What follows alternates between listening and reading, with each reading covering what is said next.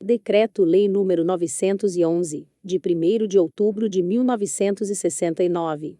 Altera a redação do artigo 66, da Lei nº 4.728, de 14 de julho de 1965, estabelece normas de processo sobre alienação fiduciária, e dá outras providências.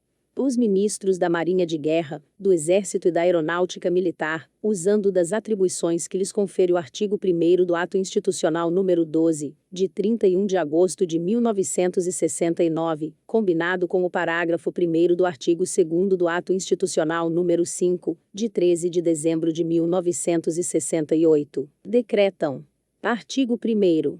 O artigo 66, da Lei nº 4.728, de 14 de julho de 1965, passa a ter a seguinte redação. Artigo 66. A alienação fiduciária em garantia transfere ao credor o domínio resolúvel, e a posse indireta da coisa móvel alienada, independentemente da tradição efetiva do bem, tornando-se o alienante ou devedor em possuidor direto e depositário com todas as responsabilidades e encargos que lhe incumbem de acordo com a lei civil e penal. Parágrafo 1º. A alienação fiduciária somente se prova por escrito, e seu instrumento, público ou particular, qualquer que seja o seu valor, será obrigatoriamente arquivado, por cópia ou microfilme, no registro de títulos e documentos do domicílio do credor, sob pena de não valer contra terceiros, e conterá, além de outros dados, os seguintes: a. O total da dívida, ou sua estimativa. b. O local e a data do pagamento. C. A taxa de juros, as comissões cuja cobrança for permitida, e, eventualmente, a cláusula penal e a estipulação de correção monetária, com indicação dos índices aplicáveis. D. A descrição do bem objeto da alienação fiduciária e os elementos indispensáveis à sua identificação. Parágrafo 2º. Se, na data do instrumento de alienação fiduciária, o devedor ainda não for proprietário da coisa objeto do contrato, o domínio fiduciário desta se transferirá ao credor no momento da aquisição da propriedade pelo devedor, independentemente de qualquer formalidade posterior. Parágrafo 3º. Se a coisa alienada em garantia não se identifica por números, marcas e sinais indicados no instrumento de alienação fiduciária, cabe ao proprietário fiduciário o ônus da prova, contra terceiros, da identidade dos bens do seu domínio, que se encontram em poder do devedor. Parágrafo 4º. No caso de inadimplemento da obrigação garantida, o proprietário fiduciário pode vender a coisa a terceiros, e aplicar preço da venda no pagamento do seu crédito, e das despesas decorrentes da cobrança, entregando ao devedor o saldo porventura apurado, se houver. Parágrafo 5º. Se o preço da venda da coisa não bastar, para pagar o crédito do proprietário fiduciário e despesas, na forma do parágrafo anterior, o devedor continuará pessoalmente obrigado a pagar o saldo devedor apurado. Parágrafo 6º. É nula cláusula que autoriza o proprietário fiduciário a ficar com a coisa alienada em garantia, se a dívida não for paga no seu vencimento. Parágrafo 7º. Aplica-se à alienação fiduciária em garantia o disposto nos artigos 758, 762, 763 e 802 do Código Civil, no que couber. Parágrafo 8º. O devedor que alienar, ou der em garantia a terceiros, coisa que já alienara fiduciariamente em garantia, ficará sujeito à pena prevista no artigo 171, parágrafo 2º, inciso 1, do Código Penal. Parágrafo 9º. Não se aplica à alienação fiduciária o disposto no artigo 1279 do Código Civil. Parágrafo 10. A alienação fiduciária em garantia do veículo automotor deverá, para fins probatórios, constar do certificado de registro, a que se refere o artigo 52 do Código Nacional de Trânsito. Artigo 2º. No caso de inadimplemento ou mora nas obrigações contratuais garantidas mediante alienação fiduciária, o proprietário fiduciário ou credor poderá vender a coisa a terceiros, independentemente de leilão, asta pública, avaliação prévia ou qualquer outra medida judicial ou extrajudicial, salvo disposição expressa em contrário prevista no contrato, devendo aplicar o preço da venda no pagamento de seu crédito e das despesas decorrentes, e entregar ao devedor o saldo apurado, se houver, com a devida prestação de contas. Parágrafo 1º. O crédito a que se refere o presente artigo abrange o principal, juros e comissões, além das taxas, cláusula penal e correção monetária, quando expressamente convencionados pelas partes. Parágrafo 2º. A mora decorrerá do simples vencimento do prazo para pagamento, e poderá ser comprovada por carta registrada com aviso de recebimento, não se exigindo que a assinatura constante do referido aviso seja a do próprio destinatário. Parágrafo 3º.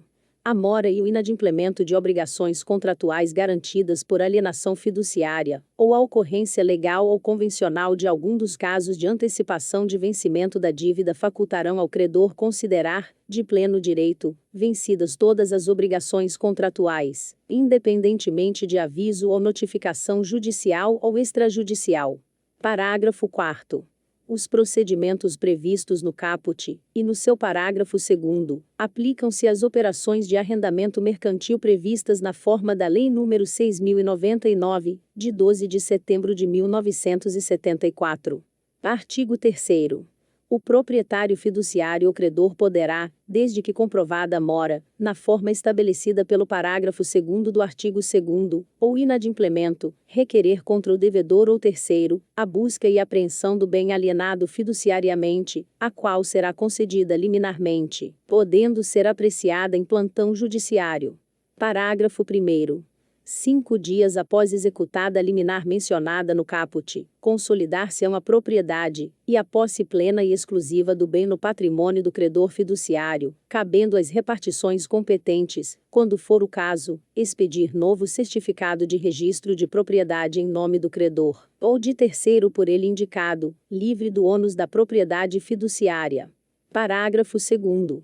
No prazo do parágrafo 1º, o devedor fiduciante poderá pagar a integralidade da dívida pendente, segundo os valores apresentados pelo credor fiduciário na inicial, hipótese na qual o bem lhe será restituído livre do ônus. Parágrafo 3º. O devedor fiduciante apresentará resposta no prazo de 15 dias da execução da liminar. Parágrafo 4º. A resposta poderá ser apresentada ainda, que o devedor tenha se utilizado da faculdade do parágrafo 2º, caso entenda ter havido pagamento a maior, e desejar restituição. Parágrafo 5º. Da sentença cabe apelação apenas no efeito devolutivo.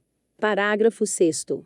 Na sentença que decretar a improcedência da ação de busca e apreensão, o juiz condenará o credor fiduciário ao pagamento de multa, em favor do devedor fiduciante, equivalente a 50% do valor originalmente financiado, devidamente atualizado, caso o bem já tenha sido alienado. Parágrafo 7º. A multa mencionada no parágrafo 6º não exclui a responsabilidade do credor fiduciário por perdas e danos. Parágrafo 8º. A busca e apreensão prevista no presente artigo constitui processo autônomo e independente de qualquer procedimento posterior. Parágrafo 9º. Ao decretar a busca e apreensão de veículo, o juiz, caso tenha acesso à base de dados do Registro Nacional de Veículos Automotores, RENAVAM, inserirá diretamente a restrição judicial na base de dados do RENAVAM, bem como retirará tal restrição após a apreensão. Parágrafo 10. Caso o juiz não tenha acesso à base de dados prevista no parágrafo 9º, deverá oficiar ao Departamento de Trânsito competente para que: inciso 1, registre o gravame referente à decretação da busca e apreensão do veículo, e, inciso 2, retire o gravame após a apreensão do veículo. Parágrafo 11. O juiz também determinará a inserção do mandado, a que se refere o parágrafo 9º em banco próprio de mandados. Parágrafo 12. A parte interessada poderá requerer diretamente ao juízo da comarca, onde foi localizado o veículo com vistas à sua apreensão, sempre que o bem estiver em comarca distinta daquela da tramitação da ação, bastando que em tal requerimento conste a cópia da petição inicial da ação, e, quando for o caso, a cópia do despacho, que concedeu a busca e apreensão do veículo. Parágrafo 13. A apreensão do veículo será imediatamente comunicada ao juízo, que intimará a instituição financeira, para retirar o veículo do local depositado no prazo máximo de 48 horas. Parágrafo 14. O devedor, por ocasião do cumprimento do mandado de busca e apreensão, deverá entregar o bem e seus respectivos documentos. Parágrafo 15. As disposições deste artigo aplicam-se no caso de reintegração de posse de veículos referente às operações de arrendamento mercantil previstas na Lei nº 6.099, de 12 de setembro de 1974. Artigo 4º. Se o bem alienado fiduciariamente não for encontrado, ou não se achar na posse do devedor, fica facultado ao credor requerer, nos mesmos autos, a conversão do pedido de busca e apreensão em ação executiva, na forma prevista no capítulo 2 do livro 2 da Lei nº 5.869, de 11 de janeiro de 1973, Código de Processo Civil. Artigo 5º. Se o credor preferir recorrer à ação executiva, direta ou a convertida na forma do artigo 4º, ou, se for o caso ao executivo fiscal, serão penhorados, a critério do autor da ação, bens do devedor quantos bastem para assegurar a execução. Parágrafo único. Não se aplica à alienação fiduciária o disposto nos incisos 6 e 8 do artigo 649 do Código de Processo Civil. Artigo 6º. O avalista, fiador ou terceiro interessado, que pagar a dívida do alienante ou devedor, se subrogará, de pleno direito no crédito, e na garantia constituída pela alienação fiduciária. Artigo 6º. A. O pedido de recuperação judicial ou extrajudicial pelo devedor nos termos da Lei nº 11.101, de 9 de fevereiro de 2005, não impede a distribuição, e a busca e a apreensão do bem. Artigo 7º. Na falência do devedor alienante, fica assegurado ao credor ou proprietário fiduciário o direito de pedir, na forma prevista na lei, a restituição do bem alienado fiduciariamente. Parágrafo único. Efetivada a restituição, o proprietário fiduciário agirá na forma prevista neste decreto-lei. Artigo 7º. A. Não será aceito o bloqueio judicial de bens constituídos por alienação fiduciária nos termos deste decreto-lei, sendo que qualquer discussão sobre concursos de preferências deverá ser resolvida pelo valor da venda do bem, nos termos do artigo 2º. Artigo 8º. O Conselho Nacional de Trânsito, no prazo máximo de 60 dias, a contar da vigência do presente decreto-lei, expedirá normas regulamentares relativas à alienação fiduciária de veículos automotores. Artigo 8º. A. O procedimento judicial disposto neste decreto-lei aplica-se exclusivamente às hipóteses da seção 14 da Lei nº 4.728, de 14 de julho de 1965, ou quando o ônus da propriedade fiduciária tiver sido constituído para fins de garantia de débito fiscal ou previdenciário. Artigo 9º. O presente decreto-lei entrará em vigor na data de sua publicação, aplicando-se desde logo aos processos em curso, revogadas as disposições em contrário. Brasília, 1º de outubro de 1969, 148º da Independência e 81º da República.